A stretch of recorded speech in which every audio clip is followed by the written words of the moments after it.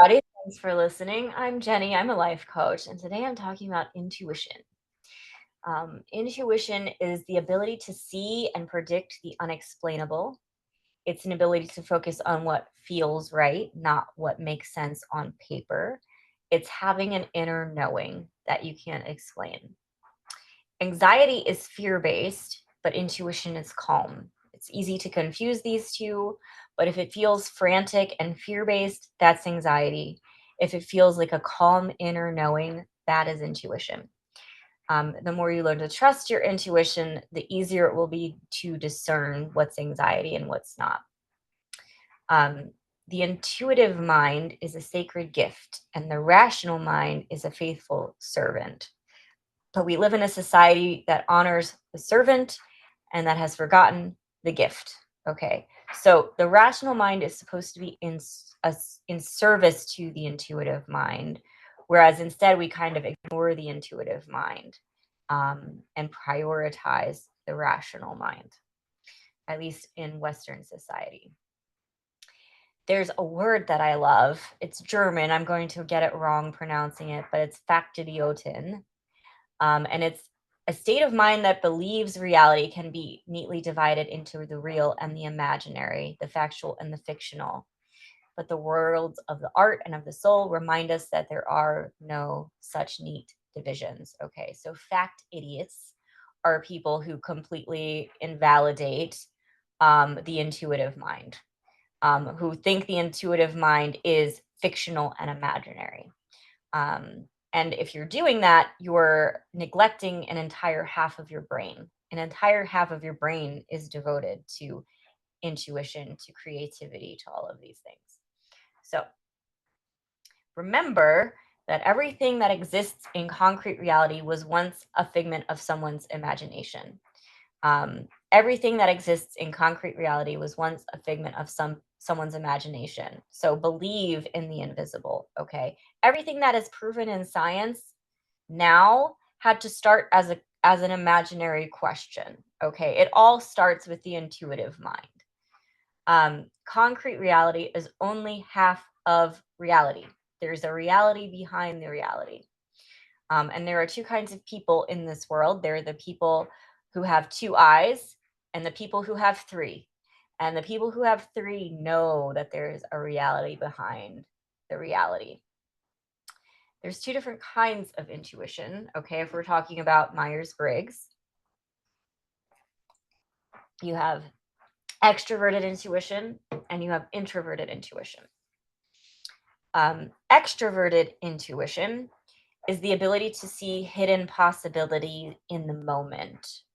It's a very there's a lot of ingenuity with this. There's a lot of improvisation with this.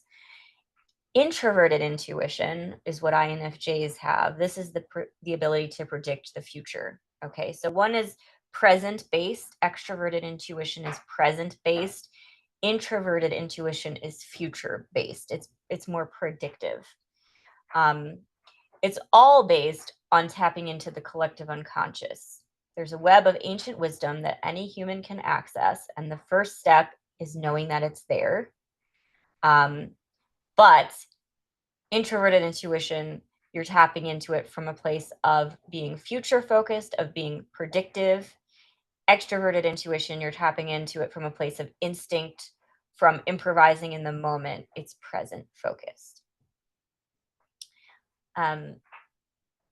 Introverted intuitives collect data which they process subconsciously, eventually arriving at a nexus, usually right, but often with no concept of how they got there. Okay, it's a web-based thinking process. And it's impossible to explain the web to people, which is why we're usually not believed, because we don't have a way of explaining it that makes sense. We don't have a language for it. Intuition shows up in different forms for different people. Everyone has their own special brand of magic, okay?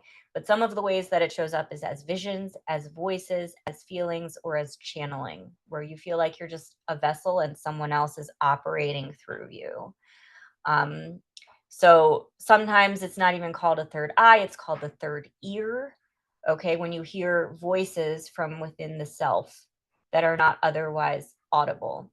It's important to know which voices are what, because the inner critic can come in, okay, and drown out the intuitive voice, and it can be difficult to discern which is which.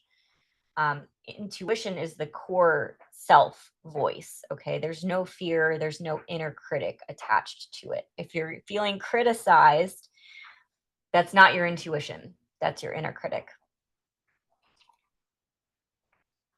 Your intuition will always be kind, okay, even if it has to tell you something uncomfortable. So, if we're accessing our intuition, we need to know where each foot is. We need to know which foot is in reality, which foot is in the intuitive world. We need to be able to consciously choose when we're in reality, when we are not, if we want to be skilled at using it. We are we become very intuitive because at some point we had to flee out of our third eye. It was an attempt to leave our bodies. We left the lower chakras. We fled up into the pineal gland, into the third eye, as an escape attempt. But it also has led to a gift of intuition. If you're too into your third eye, if you're too into the other realms, you become delusional. It's a it's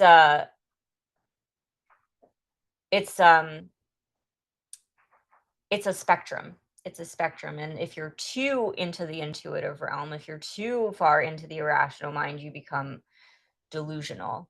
A toxic third eye is delusional, it's superstitious, it's limerent, it's very tends to manipulate to get its needs met. Okay. It reads people in order to manipulate people in order to get needs met.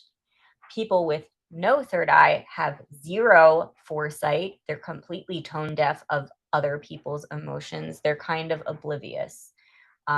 They don't think about consequences to their actions. They're very impulsive. Um, Narcissists can have a powerful third eye, but they weaponize it. They use it to read and to manipulate people. But there's also empaths. Um, Immature empaths can also use the third eye to read and manipulate people without being narcissists. Okay. The difference is having empathy, whether they have empathy or not. A healthy third eye person is highly intuitive. They have a trust in the unknown. They have a sense of knowing things that they can't explain. Um, if you're channeling,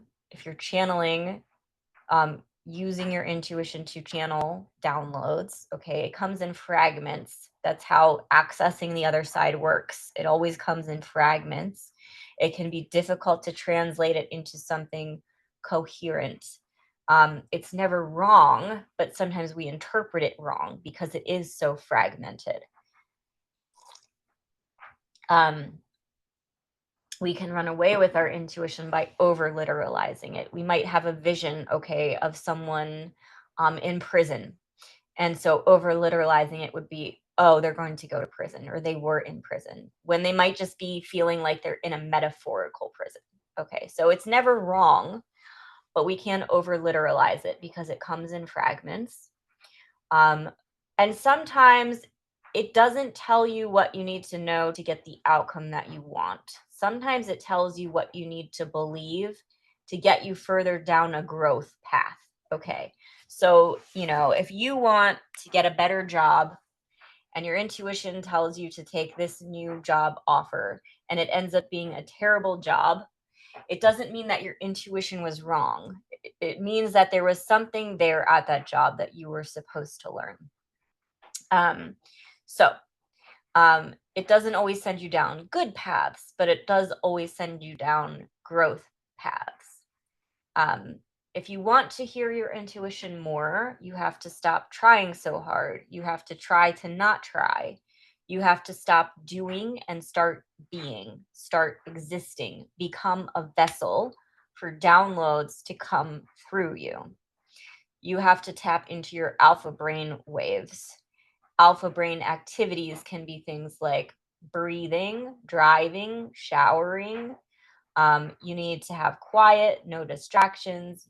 You need to be alone. You need no one in your energy field. You need to be at least 15 feet away from any other people, so you're not absorbing them or reading them by accident. You need to feel calm. You need to feel safe. Okay. Once in a while, we can do this when we're in an extreme life or death situation, but you know that you're in an intuitive place in those situations because you will feel eerily calm. You will still feel eerily calm and safe, even if it's not a calm or safe situation. Okay, this happens to me, like with people self-harming. Okay, I've been in this state of complete calm next to someone who is self-harming. Okay, so there's exceptions, but you will always feel calm. You need to feel calm and feel safe no matter what's happening around you. Um, Listening to drumming can help. Drums are called the shaman's horse because they help shamans move into a trance state. It quiets the overthinking mind to have a rhythm, okay, in the background. It's the ability to zone out. Anything that makes you zone out helps you tap into your alpha brain waves. Um, the slower you go, the more you will see. Okay, so it's really just about slowing down, feeling calm, feeling safe, and just becoming a vessel, turning off the thinking brain. So, signs your intuition is trying to tell you something: lack of sleep, unexplained pain, strange body sensations. Um, when I got sucked into a crazy thing with a narcissist, I started having a lot of vision problems. I actually went to the hospital because I was having signs that like my retina was detaching and they couldn't find anything wrong. Okay, so it was all in my head, sort of. But my body was trying to tell me something. My body was trying to tell me that I was blind. I was blind to something. I had blinders on. Okay. Um, so if you're overthinking and you feel like you're disconnected from your intuition, switch from a human doing to a human being. You can't get intuitive hits by thinking harder. We try to think harder. We try to think our way to intuitive hits. We have to feel our way to intuitive hits. And resting, being in a state of being is only restorative if you can do it without guilt. Okay, if you're trying to exist and you feel guilty the whole time, that's not going to work. Try to do it without guilt. You're already deserving a rest. You don't have to earn it. um, Sometimes we mistake projection for intuition. We're projecting into the future. Projecting is based on past experiences. It's based on things you already know about and things you've already gone through.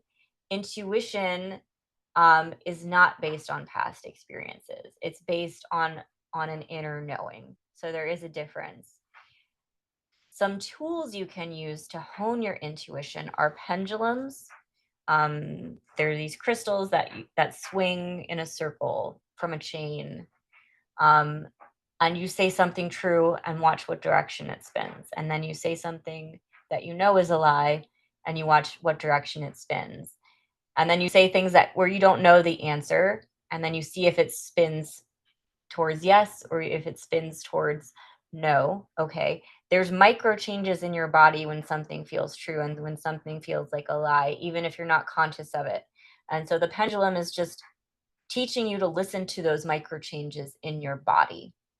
Um, Magic is a tool for believing in your own power, and divination is a tool for believing in your own intuition. Tarot cards are another example. Tarot cards, similar thing. They're connecting you to your unconscious, right? Because the same card will mean different things to different people depending on what they're experiencing in their life.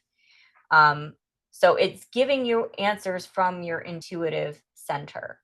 Um, how you interpret it is how you're listening to your intuition about your specific problem. It's all about symbolism. Intuition is about reading symbols. So the more you trust your intuition, the stronger it will get. You usually have to go without a clear view of the path or without logical reasons. Um, this takes trust, okay? Trust in yourself, trust in your intuition, trust in the universe, okay? Trust in taking risks. For your homework, I want you to practice following your intuition. So go for a drive without knowing where you're going. Use your intuition to decide where to turn. Start a drawing without knowing what you're drawing. Okay, use your intuition to decide what shapes to make.